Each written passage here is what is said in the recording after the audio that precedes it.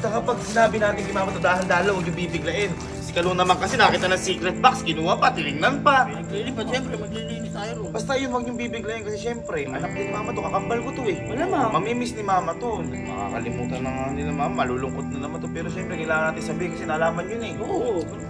Talaga, sabihin natin para malaman nyo pa iba yung mga dapat yung malaman.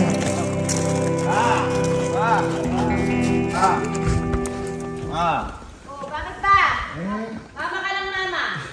Eh, may kunting problema eh. O, ano naman problema mo?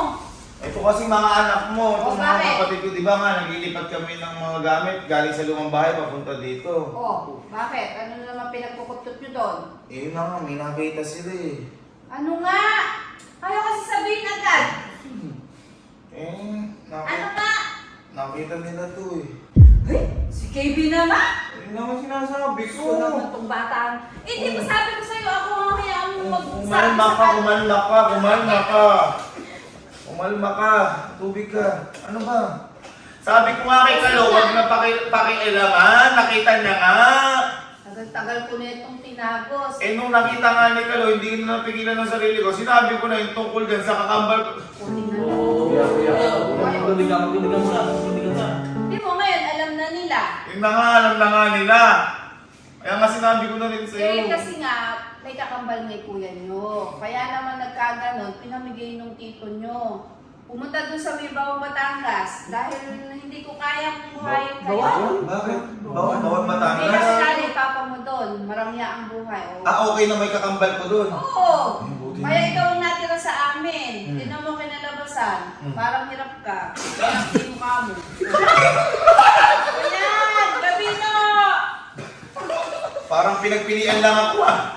Dapat ako brigade, pero ayos lang at least. Maganda ang buhay ng... Buhay ng kakambal mo doon. Ngayon ko lang malaman yun ah. Oo. Kaya pala nung bata ako, ang gatas ko, yung pinaghugasan ng bigas, Oo, buti nga, may ampo eh. Dapat nga yan, lulok lang. Sa bagay, at least. Oo, diba?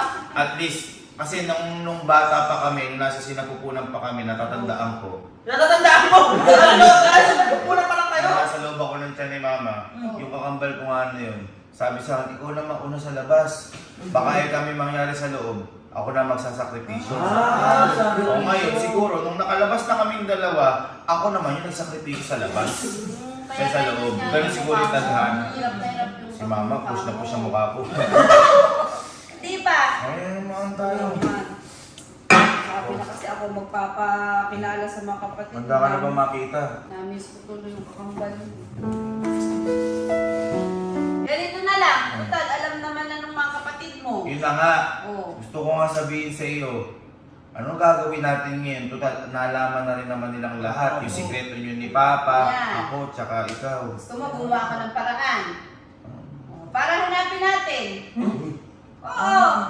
Para hanapin natin at pakilala ko yung kakambal ng kuya nyo.